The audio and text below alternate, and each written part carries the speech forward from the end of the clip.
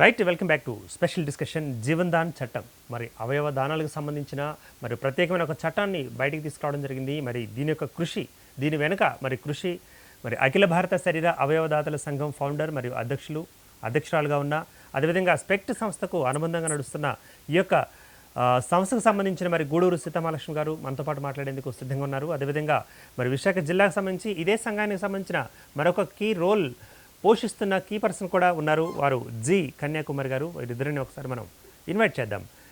అమ్మ నమస్తే. నమస్తే. నమస్తే.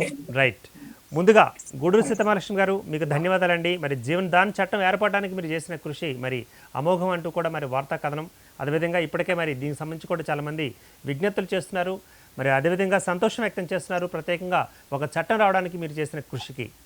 సో అదేవిధంగా మరి అఖిల భారత శరీర అవయవదాతల సంఘానికి ఫౌండర్గా మరి అధ్యక్షురాలుగా మీరు మరి ఈ యొక్క చట్టం పట్ల ఎటువంటి స్పందన వ్యక్తం చేస్తున్నారమ్మా? రైట్ అండి, ఇది నిజంగా ఒక 10 ఏళ్ళు మళ్ళా మేము వెనక్కి తిరిగి చూసుకునేలాగా చేశారు మీరు. అంటే ఇనిషియల్ గా ఈ మూమెంట్ స్టార్ట్ చేసినప్పుడు అసలు అవయవదానం చేయాలంటే అవయవాలు మనం ఎవరికి ఇవ్వాలి, ఎవరు తీసుకుంటారు, ఎవరు దీన్ని బాధ్యత పడతారు అనేది అసలు ఏమీ తెలియని రోజుల్లో ప్రభుత్వం మీద మూమెంట్ పెరుగుతున్న క్రమంలో ప్రభుత్వం మీద ఒక ఒత్తిడి తీసుకొచ్చి అవయవదాతలు ముందుకు వస్తే అవి తీసుకోవడానికి ప్రభుత్వం నుంచి ఒక యంత్రాంగం ఉండాలి, ఒక టీమ్ ఆఫ్ డాక్టర్స్ ఉండాలి. అట్లాగే ఇమీడియట్ గా స్పందించడానికి తగిన ఏంటంటారు టోల్ ఫ్రీ నెంబర్ లాంటివి అట్లాంటివన్నీ ఉండాలి. దానికి ఒక జీవో కూడా ఉండాలి, ఒక చట్టం కూడా ఉండాలి. ఎందుకంటే భారతదేశంలో అప్పటి వరకు అసలు అవయవదానం పట్ల కానీ శరీర దానం పట్ల కానీ మనకు నిజం చెప్పాలంటే జీరో నాలెడ్జ్ లో ఉన్నామండి. జీరో నాలెడ్జ్ నుంచి మనం జీరో నుంచి ప్రారంభమయ్యాం. జీరో నుంచి ప్రారంభమైనప్పుడు మొట్టమొదటి మేము టోటల్ బాడీ డొనేట్ చేస్తామని ఒక మూమెంట్ మేము తీసుకున్న రోజుల్లో సమాజం ఉలిక్కిపడింది. సమాజంతో పాటు అన్ని వర్గాల ప్రజలు కూడా విస్మయంగా చూశారు, కొంతమంది ఆనందంగా ఆహ్వానించారు.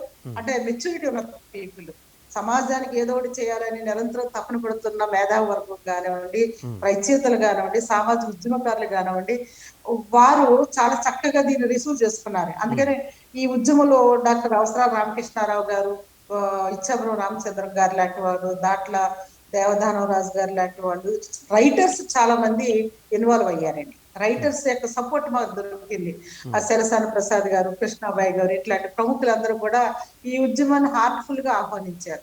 సో టోటల్ బాడీ డొనేట్ చేద్దామనే ఆ ఉద్యమంలో తొలుత మేము 35 మంది మా టోటల్ బాడీని రిజిస్టర్ చేసి ఆ రిజిస్టర్ విల్ ఫారాల్ని మేము ఆంధ్ర మెడికల్ కాలేజీకి సబ్మిట్ చేసినప్పుడు అందులో 2 అంశాలు ఉన్నాయండి. టోటల్ బాడీ అనగానే including organs, including skeleton, including cornea, మొత్తం కదా. బాడీ అంటే మొత్తం మన బాడీకి సంబంధించిన సమస్తాన్ని మేము ఇస్తున్నాం. మీరు ఏమైనా చేసుకోండి. ఒకవేళ అవయవాలు మేము బ్రెయిన్ డెడ్ అయితే, అప్పుడు దాకా ఇంకా బ్రెయిన్ డెడ్ అనేది వాడుకలోకి రాలేదండి. సపోజ్ మేము అవయవాలు ఎవరికైనా ఇవ్వాలనుకుంటే అవి తీసుకోవడానికి ఒక యంత్రాంగం ఉండాలి కాబట్టి అది సెపరేట్ గా, అంటే అది కొన్ని ప్రత్యేక పరిస్థితుల్లోనే అవయవాలు సేకరించడం జరుగుతుంది. మరణశయ్య మీద ఉన్న అభాగ్యులకి అవయవాలను అమర్చి వాళ్ళ లైఫ్ ని ఎక్స్టెండ్ చేయడానికి అవకాశం ఉంటుంది. కాబట్టి దానికి వేరే సెపరేట్ జీవో కావాలనేది అప్పుడున్న నిపుణులు కానీ వైద్య రంగంలో పనిచేస్తున్న వ్యక్తులు కానీ చెప్పడం జరిగింది. దీనికి ప్రభుత్వమే పూనుకోవాలి. ఇక శరీర దానం అంటే చనిపోయిన తర్వాత ఇస్తున్నాం కాబట్టి దానికి పెద్దగా కష్టం లేదు. అంటే కష్టమంటే అది కూడా కష్టమే. మేమంతా ఒక రోజంతా రిజిస్టర్ ఆఫీస్ లో స్పెండ్ చేయాల్సి వచ్చేది. ఒక ఆస్తిని రిజిస్ట్రేషన్ చేసినట్టుగా ఇల్లు, పొలమో, స్థలమో రిజిస్ట్రేషన్ ఎలా చేయాలో అలా ఒక రోజు మొత్తం మేము రిజిస్టర్ ఆఫీస్ లో కూర్చోవాలి. మా లీగల్ హెయిర్ తీసుకెళ్ళాలి, సంతకాలు పెట్టడానికి 2 సాక్షి సంతకాలు పెట్టకెళ్ళాలి. అలా సాయంత్రం వరకు మేము రిజిస్టర్ ఆఫీస్ లో ఉండి ఈ టోటల్ బాడీని ఇవ్వాలన్నా కూడా అంత ప్రాసెస్ ఉండేది ఆ రోజుల్లో. సో దాని తర్వాత సరళీకృతం చేశారు అనుకోండి అనేక రిప్రజెంటేషన్స్ తర్వాత. అయితే చనిపోయిన తర్వాత ఈ పార్థివ దేహాన్ని వైద్య రంగ పరిశోధనలకి, నూతన ఆవిష్కరణలకి, అట్లాగే డిసెక్షన్ కి ఒక బోధనోపకరణంగా, పాఠ్య గ్రంథంగా, ప్రయోగశాలగా ఈ బాడీ అనేది ఒక సైలెంట్ టీచర్ ఉపయోగపడుతుందని ఒక మహత్తరమైన అంశాన్ని మేము వెలుగులోకి తీసుకొచ్చిన తర్వాత వైద్య రంగం మమ్మల్ని సాదరంగా ఆహ్వానించడం, మా పార్థివ దేహాలు స్వీకరించడం, కార్నియాని మేము సరిపోతే ఒక 6 గంటల లోపల కార్నియా ఇచ్చేది, అంటే నేత్రదానం కూడా ఇందులో ఇంక్లూడ్ కాబట్టి తర్వాత బాడీని మేము అనాటమీకి ఇవ్వటం అనేది జరుగుతున్న క్రమంలో ఒక సడన్ గా 2012లో మా వైజాగ్ లో ఒక కుర్రాడు మేడ నుంచి పడిపోయాడండి. ఆడుకుంటూ 3rd ఫ్లోర్ లో పడిపోయాడు అబ్బాయి. ఒక టీచర్ కొడుకండి అబ్బాయి, 12 ఏళ్ల బాలుడు, సాయి మనోహర్ కృష్ణ. ఆ కుర్రవాడు చనిపోవడం అనేది ఈ జీవో రావడానికి ఒక రకంగా నాంది పలికింది అనేది నేను చెప్పగలనండి. అనుకోకుండా అనూహ్యంగా ఆ బిడ్డ ఆడుకుంటూ వాళ్ళ అమ్మతో చెప్పి కాసేపు ఆడుకుని వస్తారని చెప్పి వెళ్ళిన ఆ బిడ్డ ఆడుతూ 3rd ఫ్లోర్ లో పడటం, ఒంటి మీద ఎక్కడ దెబ్బలు తగలకపోయినా తలకు ఒక పక్క దెబ్బ తగిలిందండి. అది ఇట్లా ముడి పెట్టింది అనమాట. అంటే తగలరాని చోట తగిలితే పిల్లలు ఎంత ప్రమాదకరమైన స్థితిలోకి వెళ్ళిపోతారో ఆ అబ్బాయిని చూస్తే మనం అనుభవంలోకి వచ్చింది. వెంటనే ఆ బిడ్డ కోమాలోకి వెళ్ళిపోయాడు. తల్లిదండ్రులు గమనించి ఆ బిడ్డను హాస్పిటల్ తరలించారు. 3 రోజులు ఆ బిడ్డను బతికించడం కోసం శతదా ప్రయత్నం చేశారు. కానీ బ్లడ్ సర్క్యులేషన్ ఆగిపోయిందమ్మా, బ్రెయిన్ డెడ్ అయిపోయాడు కుర్రాడు. ఈ వెంటిలేటర్స్ తొలగిస్తే ఇంకా బిడ్డ చనిపోయినట్టే, ఇంకా మీరు బాడీని తీసుకెళ్లిపోవచ్చు, ఆ అబ్బాయి చనిపోయినట్టు అని చెప్పేసి డాక్టర్లు డిక్లేర్ చేశారండి. ఆ తల్లి తట్టుకోలేకపోయింది ఆ బిడ్డ మరణ వార్తని, నా బిడ్డ చనిపోతాడానికి. ఎప్పుడో పేపర్లో ఒక దేహం 18 జీవం ఎలా పోస్తుంది అనే విషయం మీద నేను ఆంధ్రజ్యోతి అనే పేపర్లో ఒక నవ్య పేజీలో ఫుల్ పేజీ ఇంటర్వ్యూ 2010లో నా ఇంటర్వ్యూ రావడం జరిగిందండి. 2009 అక్టోబర్ 6 అనుకుంటా. ఆ ఇంటర్వ్యూ చూస్తే ఆవిడ ఆ ఫోటో ఆ పేపర్ క్లిప్పింగ్ దాచుకుని ఆ ఫోన్ దాచుకున్నారు ఆవిడ. అప్పటిదాకా నాకు ఆవిడ ఎవరు పరిచయం కూడా లేదు. వెంటనే ఆ తల్లి నాకు ఫోన్ చేశారు, మేడం నా కొడుకు చనిపోతాడట, ఇప్పుడే నా డాక్టర్లు చెప్పారు, కానీ నేను సహా స్వార్థపరాలి మేడం, నా బిడ్డ చనిపోకూడదు అనుకుంటున్నాను, నా బిడ్డ బతికుండాలనుకుంటున్నాను, నా బిడ్డను బతికించే అవకాశం మీ దగ్గర ఉంది, మీ చేతుల్లోనే ఉందని చెప్పేసి ఆమె ఒక గద్గద స్వరంతో చాలా ఎమోషనల్ అవుతున్నారు. మరో పక్క ఆవిడ చాలా స్టెబన్ గా మాట్లాడుతున్నారు, మేడం ఏదో ఒకటి చెయ్యండి, నా బిడ్డ బతకాలి, నలుగురిలో బతకాలి, నా బిడ్డ చనిపోవడానికి వీల్లేదు, నా బిడ్డ అవయవాలని ఎంతమందికి మీరు దానం చేయగలుగుతారో అంతమందికి దానం చేయించండి, నా బిడ్డను బతికించండి, నలుగురిలో నా బిడ్డను చూసుకుంటాను అని ఆ తల్లి ఎమోషనల్ గా మాట్లాడుతున్నప్పుడు నేను మాట్లాడిపోయానండి. ఒకసారిగా నేను ఉలిక్కి పడ్డాను, ఏం చేయాలి. ఆ తల్లి కోరిక అనేది ఎంత మానవీయమైన కోరిక, ఎంత మహత్తరమైనది. తన బిడ్డ చనిపోతున్నాడు, తన కడుపు కోతను అనుభవించబోతుంది, మరొక తల్లికి ఆ కడుపు కోత మిగలకూడదు, తన బిడ్డ ఎక్కడైనా బతుకుంటే తన బిడ్డ గుండె, తన బిడ్డ ఊపిరితిత్తులు, తన బిడ్డ అవయవాలు మరొకరిలో శ్వాసిస్తూ ఉంటే లేదా జీవిస్తూ ఉంటే ఆ బిడ్డ బతుకున్నట్లే ఆ తల్లి ఫీల్ అవడం అనేది ఎంతటి మానవీయమైన విషయం ఆలోచించాక దీనికి ఒక ప్రత్యేకమైన కార్యక్రమం కావాలి. అప్పుడు నాకు తెలుసున్న డాక్టర్లకి, మెడికల్ డిపార్ట్మెంట్ వాళ్ళకి, అలాగే ప్రిన్సిపల్ సెక్రటరీస్ కి, అట్లా వైద్య ఆరోగ్య శాఖ వాళ్ళకి, నాకు దగ్గర అందుబాటులో ఉన్న ప్రతి ఒక్కరికి కాల్ చేయటం. అప్పటికి ఇంకా మనం ఈ జీవో తీసుకురాలేదండి, ఇది 2012 నాటి మాట అనమాట. సో అయితే అప్పటికే నేను రిప్రజెంటేషన్ చేస్తున్నా ప్రభుత్వానికి, ఇట్లాంటిది ఒకటి ఉండాలి అనేది. నేను మద్రాస్ అంటే తమిళనాడులో జరుగుతున్నది, అలాగే కొన్ని రాష్ట్రాలు, కొన్ని ఇతర దేశాల్లో అవయవ మార్పిడి జరుగుతున్న అంశాలు మేము పరిగణలోకి తీసుకున్నాం కాబట్టి, అది స్టడీ చేస్తున్నాం కాబట్టి 2009 నుంచి కూడా రాష్ట్ర ప్రభుత్వానికి తప్పతపాలుగా మేము రిప్రజెంటేషన్ పెడుతున్నాం. అవయవ మార్పిడికి ఒక చట్టం కావాలి, ట్రాన్స్ప్లాంటేషన్ ఒక యాక్ట్ తీసుకురండి, అదిగోండి అక్కడ తమిళనాడు గవర్నమెంట్ ఏదైతే అనుసరిస్తుందో ఆ విధానాన్ని మీరు తీసుకోవాలి అని మేము అప్పుడున్న రాజశేఖర రెడ్డి గారి గవర్నమెంట్ కి, ఆ టైంలో ఉన్న medical education director doctor Raviraj గారికి, అప్పుడున్న ప్రిన్సిపల్ సెక్రటరీగా ఉన్న ఎల్వి సుబ్రహ్మణ్యం గారికి, ఇంకా సంబంధిత అధికారులు ఎవరైతే ఉన్నారో నిరంతరం తిరగటం, 3 నెలలకోసారి వాళ్ళు ఒక రిమైండర్ పట్టుకెళ్ళి చేశాం. ఈ సంఘటన తోటి మొత్తం వాళ్ళందరినీ నేను కదిలించానండి. ఆ తల్లి ఆవేదనని వాళ్ళ నోటీసులో తీసుకువచ్చాను. అప్పటికప్పుడు గవర్నమెంట్ నుంచి ఆ ఉన్నత స్థాయిలో ఉన్న అధికారులు ఒక నిర్ణయం తీసుకోవటం, ఆ రవిరాజు గారు ఆ టైంలో ఉన్న మెడికల్ ఎడ్యుకేషన్ డైరెక్టర్ గారు స్పాంటేనియస్ గా నిర్ణయం తీసుకోవడం, ఆ బిడ్డ అవయవాలు నలుగురికి పంచాలి అనే ఒక ఆ తల్లి కోరికని ఆచరణకు తీసుకురావటం.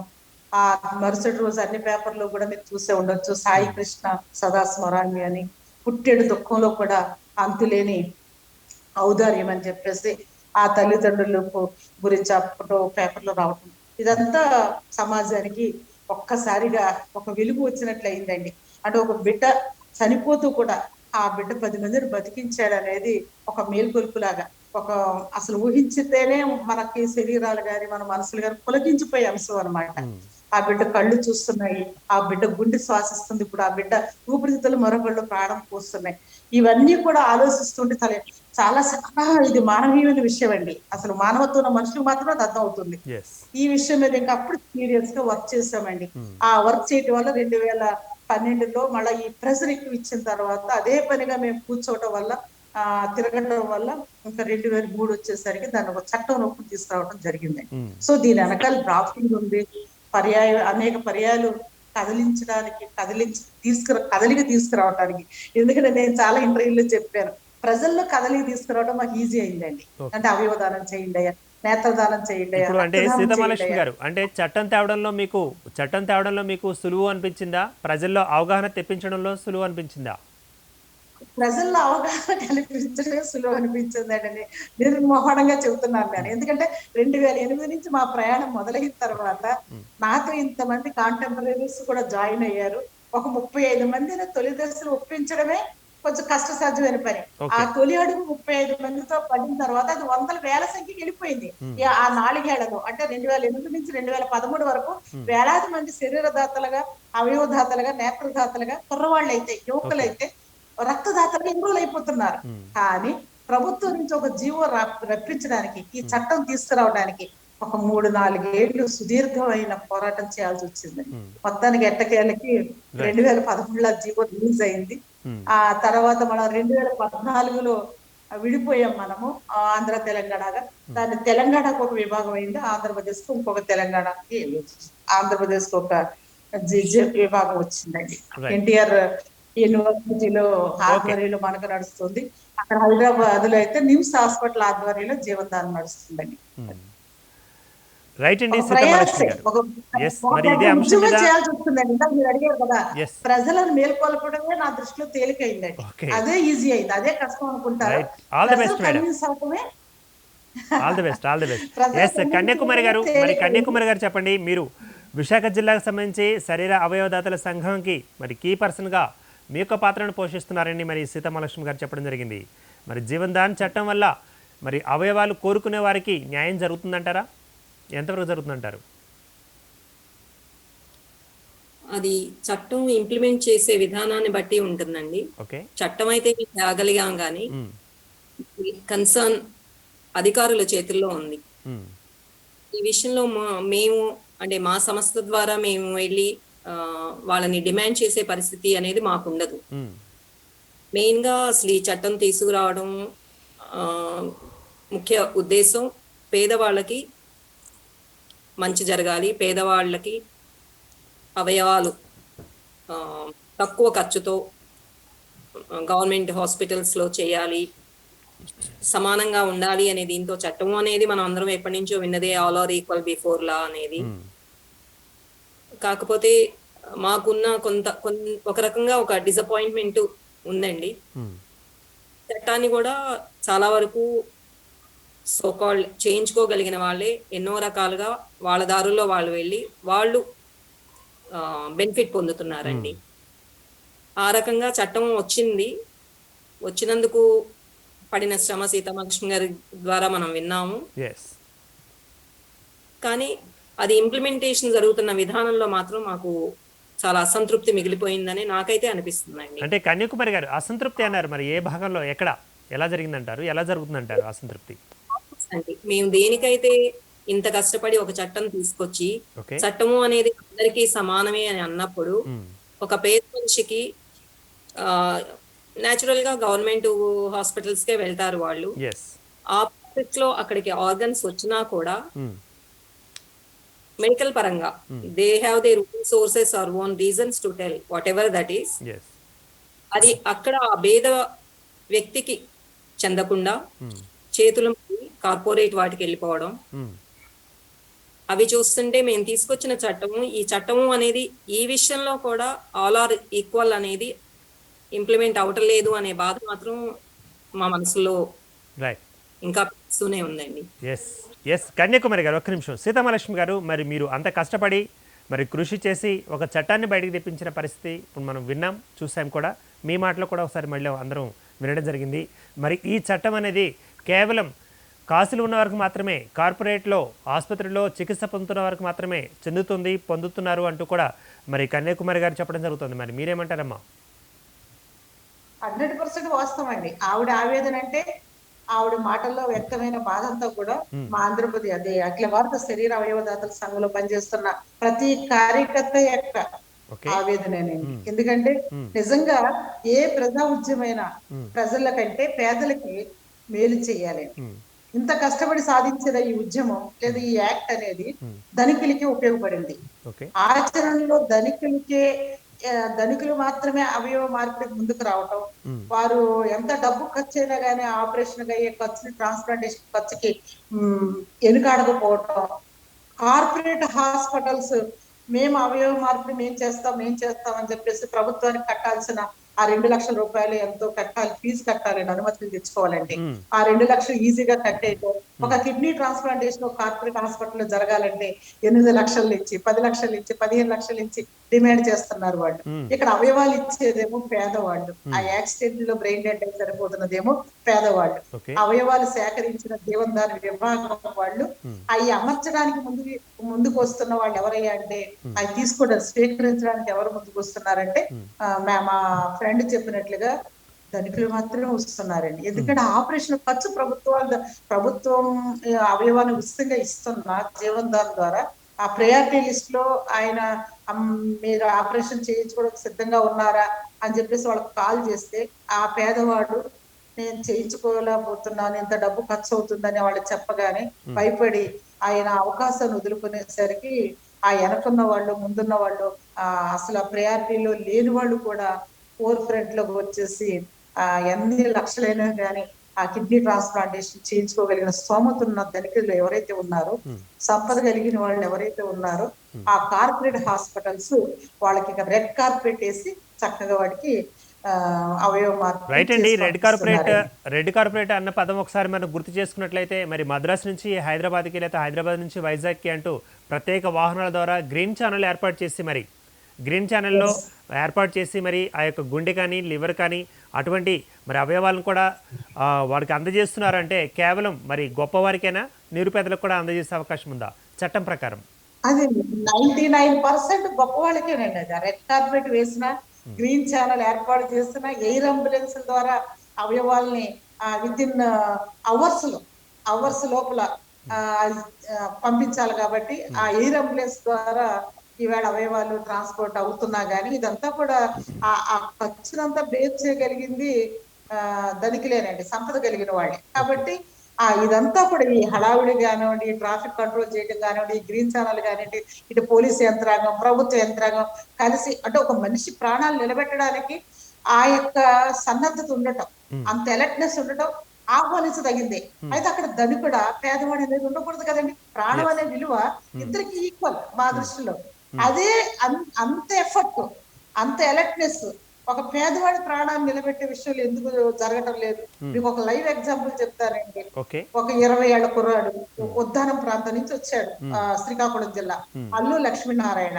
మా మేడం గాని మేము గాని ఆ అబ్బాయిని జీవితాన్ని నిలబెట్టడం కోసం మేము తలో కొంత వేసుకుని ఆ అబ్బాయికి డయాలసిస్ చేయించుకోవడం కూడా డబ్బులు లేకపోతే ఆ అమ్మ తల్లి కూలి పని చేస్తుంది, తండ్రి లేడు. ఆ అబ్బాయి పాలిటెక్నిక్ చదువుకున్నాడు, నిండా 25 ఏళ్ళు లేని పిల్లవాడు. KGH లో వారానికి 3 సార్లు డయాలసిస్ చేసుకోవాల్సి వచ్చేది. ఆ డయాలసిస్ కి మధ్యలో మా బోటు వాళ్ళ దగ్గరకు వచ్చి జీవనదాన్లో రిజిస్ట్రేషన్ అయ్యింది కాబట్టి నాకు ఎప్పుడు కిడ్నీ వస్తుందమ్మా, నేను ఎప్పుడు బతుకుతాను, నా తల్లి నా కోసం ఎంతో కష్టపడింది, నా తల్లి నేను బతికించాలి, నాకు ఎప్పుడు ఆపరేషన్ అవుతుందా, నా KGH చుట్టూ లేదా ఎక్కడైతే తన పేరు కార్పొరేట్ హాస్పిటల్లోనే ట్రాన్స్ప్లాంటేషన్ అవుతుంది కాబట్టి అపోలో హాస్పిటల్ చుట్టూ తిరగటం, వాళ్ళని అడగటం జరిగింది. ఆలపేశాడని ఆ అబ్బాయికి ఒక రోజు ఫోన్ కాల్ వచ్చింది, ఇలా నీ బ్లడ్ గ్రూప్ కి సంబంధించిన బ్రెయిన్ డెడ్ కేసు వచ్చింది, నువ్వు కిడ్నీ ట్రాన్స్ప్లాంటేషన్ రెడీగా ఉన్నావా, నువ్వు సిద్ధంగా ఉంటే నువ్వు హాస్పిటల్కి వచ్చేసే అన్నారు. ఎంత అవుతుందని అంటే వాళ్ళు బాగా షోరూమ్ లెక్కల్లాగా 9,90,990 రూపాయలు అని చెప్పి లెక్కేసి ఒక సీట్ పంపించారండి హాస్పిటల్ వాళ్ళు. తీరా చూస్తే ఆ పిల్లడు గుండు మన్నాడు ఆ పేపర్ పట్టుకొచ్చి, ఇంత డబ్బు ఈ ట్రాన్స్ప్లాంటేషన్ నేను ఎక్కడ పెట్టుకోగలనమ్మా, నా తల్లి కూలి పని చేస్తుంది, ఈ డయాలసిస్ చేసుకోవటమే చాలా కష్టమైంది, మీరు ఇచ్చిన 25,000 ఈ డయాలసిస్ వాడుకుంటున్నానమ్మా, ఇప్పుడు ఈ 9 లక్షల రూపాయలు నేను ఎక్కడి నుంచి తెచ్చి నేను ఈ ఆపరేషన్ చేయించుకోనని చెప్పేసి ఆ బిడ్డ చాలా తల్లడిల్లిపోయాడు.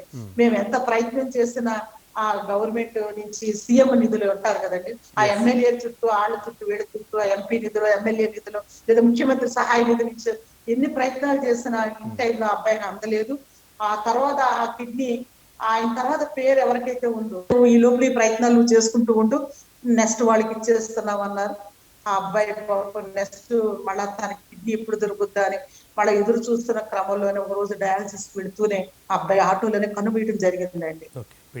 ఎంత ప్రయత్నం చేస్తున్న అల్లు లక్ష్మీనారాయణ ప్రాణాలు కాపాడలేకపోయారు. ఒక పేదవాడు అయిపోవడం అతను చేసుకున్న పాపం అండి. నిజంగా ఇర్రెస్పెక్ట్ ఆఫ్ పూర లేదా డబ్బున్న వాడు అనేది చూడకుండా గవర్నమెంట్ బాధ్యత తీసుకుని ఆ జీవనదారులు ఎన్రోల్ అయిన వాళ్ళు ఆపరేషన్ ఖర్చులు భరించలేనప్పుడు ఆరోగ్యశ్రీ పరిధిలోకి ఈ అవయవ మార్పిడికి తీసుకొచ్చి ఆ బిడ్డకి ఆ ట్రాన్స్ప్లాంటేషన్ చేయించినట్లయితే, ప్రభుత్వం ఆ బాధ్యత పడినట్లయితే 100 ఏళ్లు బతకాల్సిన అల్లు లక్ష్మీనారాయణ ఇలా అర్ధాంతరంగా చనిపోవాడు కాదు కదా. ఒక కడవల నాగరాజు 25 ఏళ్ళు నిండని కుర్రాడు. ఇలాంటి ఉదంతాలు నేను కోకొల్లలుగా మీకు చెప్పుకుంటూ వస్తానండి. ఎందుకంటే ఈనాళ్ళ అనుభవంలో పేదవాళ్ల ప్రాణాలు అలా గాల్లో కలిసిపోతున్నాయి ఆ ఆపరేషన్ చేయించుకునే డబ్బులు లేక. అదే 8 లక్షలు 10 లక్షలు 20 లక్షలు ఈవేళ 30 లక్షలు తీసుకుంటున్నా చాలా ఈజీగా డబ్బులు ఖర్చు పెట్టేసి ధనికులు ఆ ట్రాన్స్ప్లాంటేషన్ చేయించుకుని వాళ్ళ ఆయుష్ను పొడిగించుకోగలుగుతున్నారు, వాళ్ళు హ్యాపీగా ఉండగలుగుతున్నారు. ఈ వేరియేషన్ చూసిన తర్వాత మేము విపరీతమైన బాధన పడ్డామండి, చాలా బాధపడ్డాం. ఇందుకోసమా ఈ ఉద్యమాన్ని నిర్మించాము, ఇందుకోసమా మా జీవితాన్ని మా ప్రాణాన్ని మా సమయాన్ని మా డబ్బుని మా జీవితంలో ప్రతి క్షణాన్ని ఈ ఉద్యమానికి నిర్మించడానికి ఎంత కష్టపడిన మేమందరం కూడా ఎంత ఆవేదన పడుతున్నాము ఈ బిడ్డల ప్రాణాలు కోరుతున్నప్పుడు. కేవలం ఒక చట్టం లేకపోవడం వల్ల. ఆ చట్టం ఏంటి, ఆరోగ్యశ్రీ పరిధిలోకి ప్రభుత్వం తలుసుకుంటే తీసుకురాగలదు. ఆ KGH లోని నిరుపేదలైన రోగులందరికీ కూడా ఉచితంగా ప్రభుత్వం తలుసుకుంటే చేయగలదు. ఆ చేసే మనసు ఆ ప్రభుత్వ వర్గాల్లో లేకపోవడం వల్ల ఈ ప్రభుత్వాలు ఈ చట్టాలు ఇవన్నీ కూడా ధనికులకి ఉపయోగపడటం వల్ల ఇలాంటి బిడ్డలు ప్రాణాలు కోల్పోతున్నారండి.